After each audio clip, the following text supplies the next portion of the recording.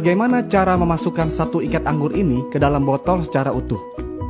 Cukup dipetik satu persatu, lalu dimasukkan satu persatu juga. Sangat mudah dimengerti, bukan? Nah, kebanyakan air minum yang kita kenal terdiri dari 16-25 molekul per grup atau klaster. Padahal, sel tubuh memiliki aquaporin sebagai gerbang keluar masuk air yang berukuran 4-6 molekul. Apakah grup molekul yang besar tersebut bisa masuk? Bisa, namun lebih lambat. Maka dari itu ada rasa kembung, jadi malas minum akibatnya dehidrasi. Berarti kalau molekulnya kecil bisa keluar masuk sel tubuh dengan jauh lebih cepat. Dengan cara apa dikecilkan? Elektrolisis. Apakah itu? Grup molekul air yang lebih besar diberi aliran listrik yang tepat, sehingga menjadi grup molekul yang lebih kecil supaya mudah keluar masuk aquaporin. Istilahnya adalah microcluster. Logikanya begini, jika ada sepasang magnet dengan dua kutub yang berbeda dan saling berhadapan akan tarik-menarik. Jika kutubnya sama akan tolak-menolak, sehingga molekul air yang tadinya berhimpitan jadi terpecah sendiri-sendiri. Belum lagi, di inti sel terdapat ion positif yang membuat molekul air yang berion negatif ini tertarik masuk ke dalamnya dan meninggalkan ion negatif di membran atau dinding sel, sehingga sel tubuh pun menjadi tidak lengket. Mengapa air ini penting sekali? Karena kerjanya berdampingan dengan detak jantung. Ketika jantung berdetak, sel berkontraksi sehingga terkompres dan mengeluarkan karbon dioksida dan toksin atau racun. Inilah yang disebut dengan detoksifikasi. Lalu jantung berdetak lagi dan sel mengembang lagi, kemudian menarik oksigen dan nutrisi. Proses ini terjadi di dalam hemoglobin, yang adalah protein yang mengandung zat besi di dalam sel darah merah yang berfungsi sebagai pengangkut. Detak jantung ini ada voltasenya. Manusia sehat dan normal berada di voltase 120 mV.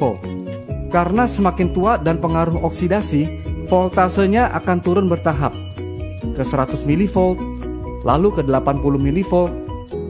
Jika sampai menyentuh 60 mV sudah sangat berbahaya, karena disinilah titik tubuh dalam kondisi kronis.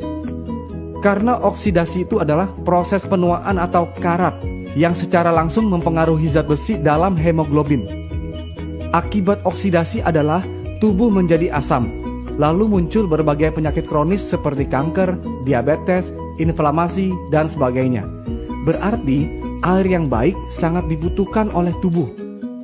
Sumber air yang dikenal berkhasiat terbentuk akibat tersambar petir dan pergesekan dengan batu-batuan di alam.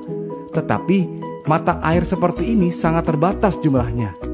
Yang Enegic lakukan adalah membersihkan air keran terlebih dahulu dengan filternya, lalu menangkap fenomena sambaran petir tersebut dengan disetrum melalui 7 plat titanium berlapis platinum yang bisa mengeluarkan air minum berkhasiat tinggi yang disebut dengan air kanggeng pH 8,5, lalu pH 9 yang lebih kecil molekulnya, lalu pH 9,5 yang lebih kecil lagi molekulnya untuk transportasi yang lebih baik.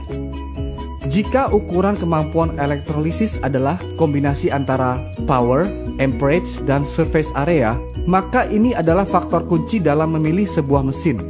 PEU adalah Potential Electrolysis Unit. SD501 memiliki 230 watt, 2,5 ampere, dan 466 square inch, sama dengan 267.950 PEU. Sebagian besar mesin kompetitor hanya memiliki 110 watt, setengah ampere, dan 117 square inch, sama dengan 6.435 PEU. Berarti kemampuan mesin kompetitor hanya 2,4% saja dari SD501. Dan harga mesin kompetitor pun bukan tergolong murah. Malahan mahal sekali, dengan kemampuan yang mendekati saja pun tidak. Hanya harganya saja yang mendekati.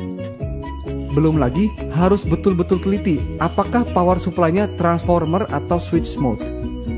Transformer adalah alasan mengapa sebuah mesin disebut alat kesehatan karena tegangannya stabil.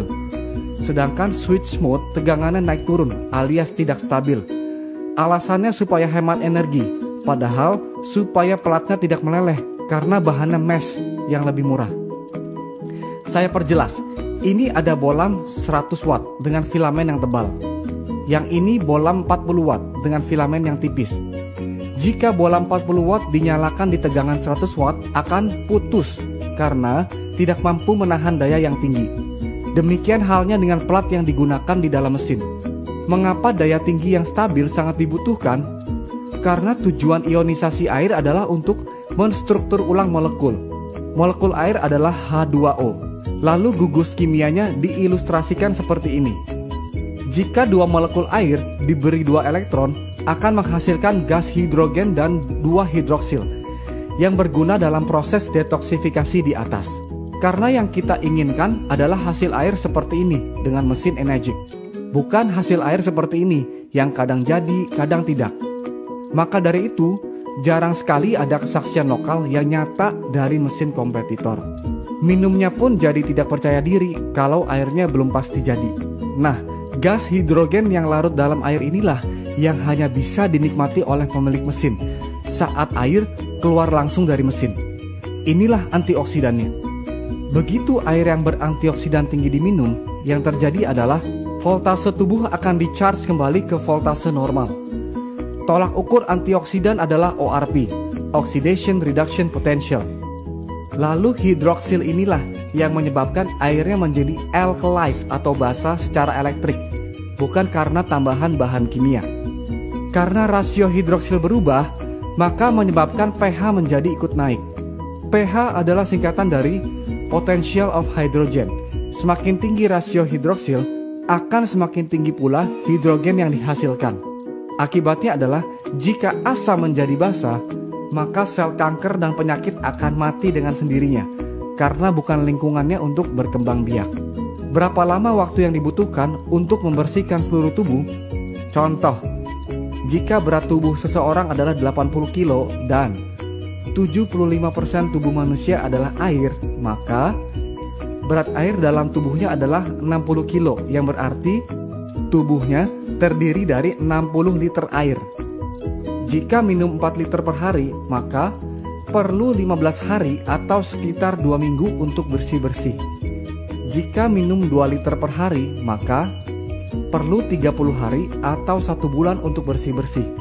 Lalu, apakah air ini segala-galanya? Tidak. Masih perlu pola makan, istirahat, olahraga, dan kontrol emosi yang baik.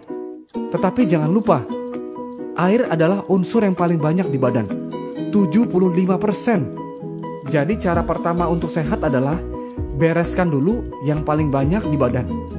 Maka dari itu, change your water, change your life.